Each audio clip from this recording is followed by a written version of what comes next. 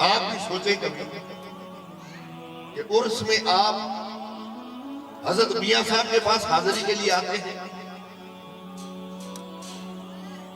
سالانہ صاحب کے پاس اپنے نمبر بنوانے کے لیے آتے ہیں،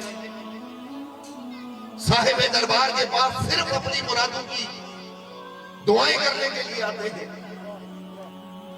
آپ عرس میں کیوں آتے ہیں؟ عرس میں شمولیت کا مقصد کیا ہے؟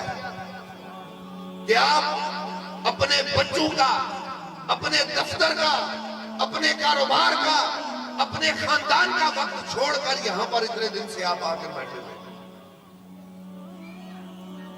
اور ان صاحب دربار کی طرف جائیں، پیران عظام کی طرف جائیں، مشائخ عظام کو دیکھیں۔ یہ کوئی پہلوان تھے؟ بات سمجھیں، یہ کوئی پہلوان تھے؟ کیا یہ ظاہری اقتدار کے حامل تھے؟ کیا یہ دنیا میں سب سے خوبصورت تھے؟ کیا یہ بہت کوئی دولت مند تھے؟ نہیں، ایسا کچھ بھی نہیں تھا۔ پھر یہ کیا بات ہے کہ دنیا کے حسین سے حسین ایک سائیڈ پہ رکھے رہتے ہیں اور یہاں جم کثیر لگا ہوا ہے۔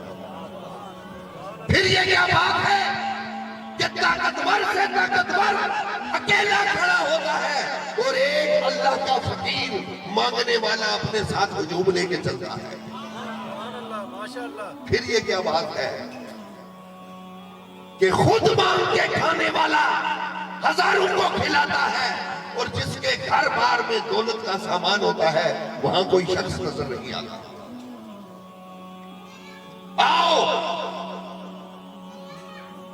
حضور دادا گنج بخش رحمت اللہ علیہ کے مزار پہ آ کے کھڑے ہو جاؤ، جن کو شہر لاہور سے باہر کر دیا تھا،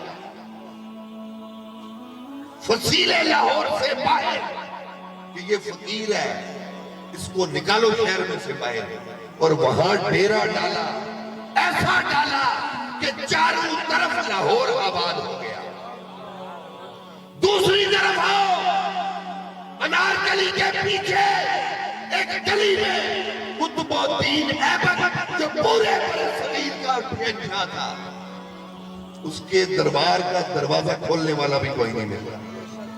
وجہ ہم ان درگاہوں پر کیا کرنے آتے ہیں؟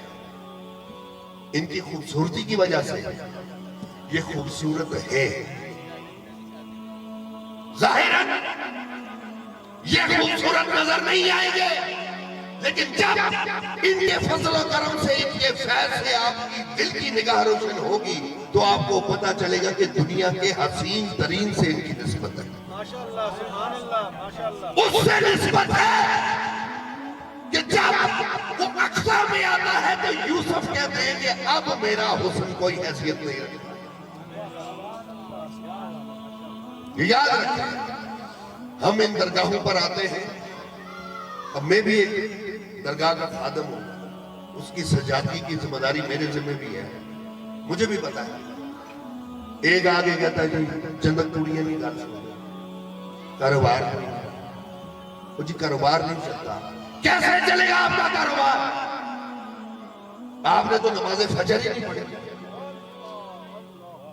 یہ خانقاہ کا پیغام ہے، یہ حضرت محمد جی سرکار رحمت اللہ علیہ کے سٹیج کا یہ پیغام ہے۔